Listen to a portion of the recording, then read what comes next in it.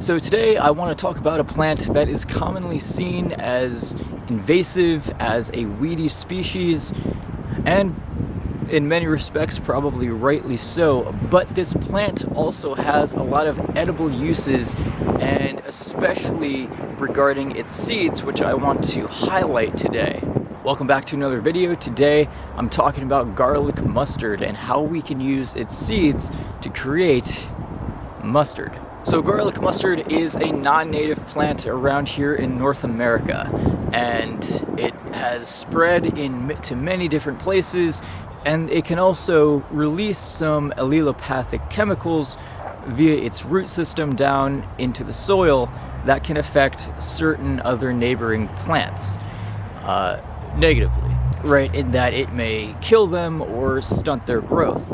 And that really helps to enhance the continued spread of this plant around many areas. But of course, not just the seeds of this plant are edible, right? You can also eat the young leaves raw, you can cook them up, you can cook the flower stems like broccoli, you can eat the immature green seed pods, you can use the roots as a horseradish substitute.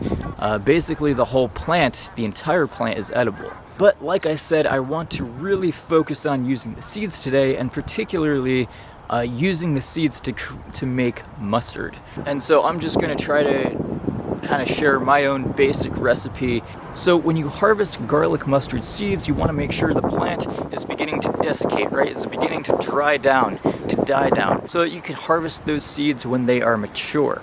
Then once you've harvested those stalks of seed pods, then you want to let them dry for at least a few days to make sure all the moisture is gone, so that when you go to thresh the seeds away from the seed pods, you're not dealing with a lot of moisture, and it makes the process a lot smoother and a lot easier. Then what you want to do is you want to thresh and winnow. So basically you want to separate the seed pods from the seeds, right? And there are a few different ways you can do that. Find which way works best for you. Eventually I found that just stripping the seed pods off the stalks and then taking those seed pods and rolling them in my hands, I found that, that had the best results. Then what you want to do is you want to winnow those seeds, right? You want to make sure you have a windy day, or you can also set up a fan to blow the chaff away.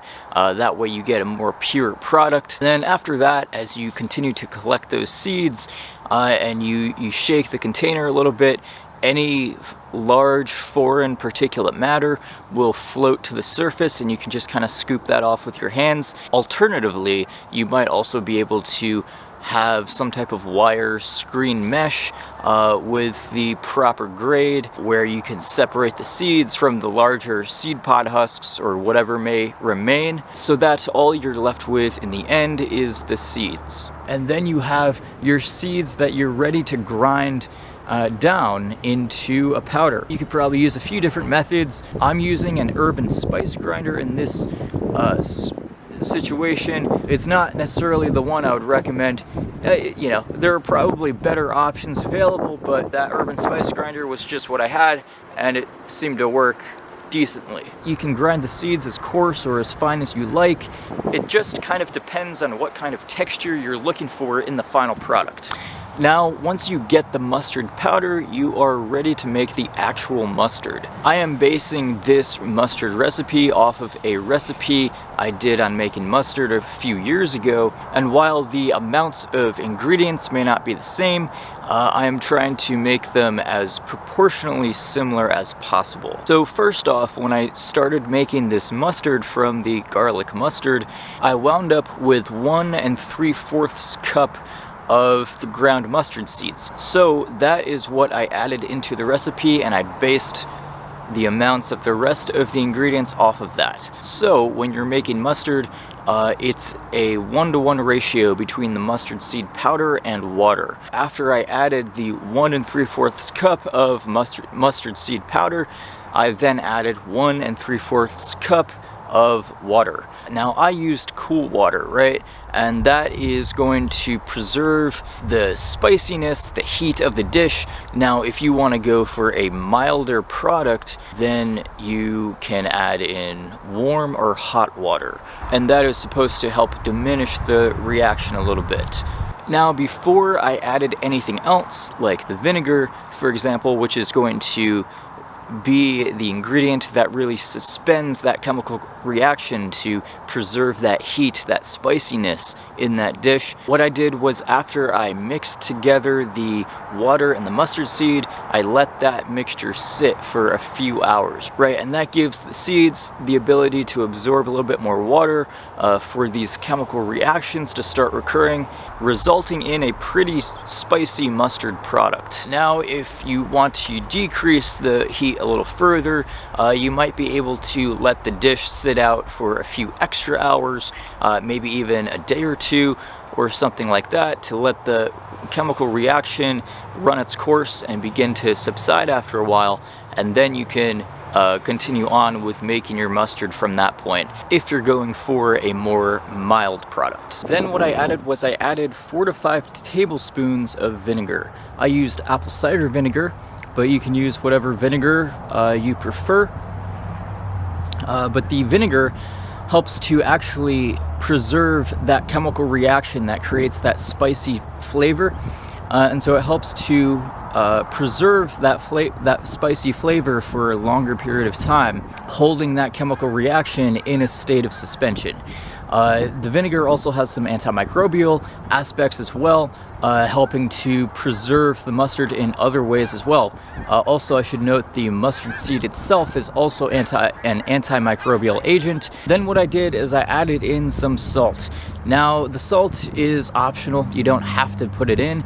I did for a few reasons, right? One being flavor, but also the salt is able to, when you add it into the dish, it is able to extract a little bit more of the flavor and a little bit more of the oils and things like that out of the seeds and into the entire mixture, which can help achieve a smoother and more cohesive mixture in the final product. Right, so basically the salt helps to continue to break down the cells and extract nutrients and stuff like that by way of osmosis. Also, the salt additionally also has some antimicrobial effects. So between the mustard seed, the vinegar, and the salt, that stuff is basically bulletproof, at least in terms of pathogens. You can also add in some turmeric. Depending if you want the product to have a lighter coloration, you can add in some turmeric,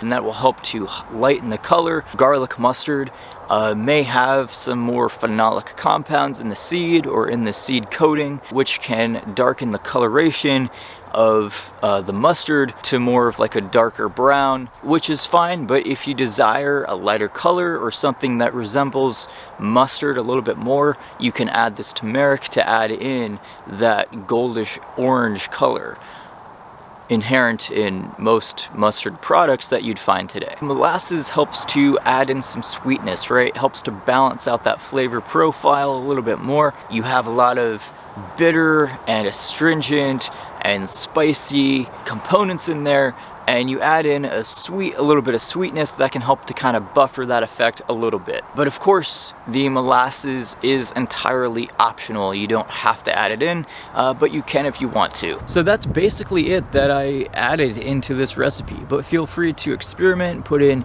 different things. I know when I've made mustard, I've also added in olive oil sometimes, cinnamon also a little bit. Feel free to spice it up, you know, work to your own flavors and what you have available, and see what works best for you. So once you're done with making the mustard, put a lid on the container and you can put it in the fridge and take it out whenever you want to use it. That's how I use it. Just know that when you go to use the mustard, you might need to reincorporate it because some separation can occur. All you have to do is to take a spoon or a knife or whatever, just stir it around, and it should be good to go and ready to use. So I hope you enjoyed this video on garlic mustard. When it comes to invasive species, you know, you can look at it like that, but it can also be an opportunity to use these as a productive food source. You know, I mean, especially if they're around, you can help to kind of control their spread by using different parts of the plant or using the seeds, right, of these edible species.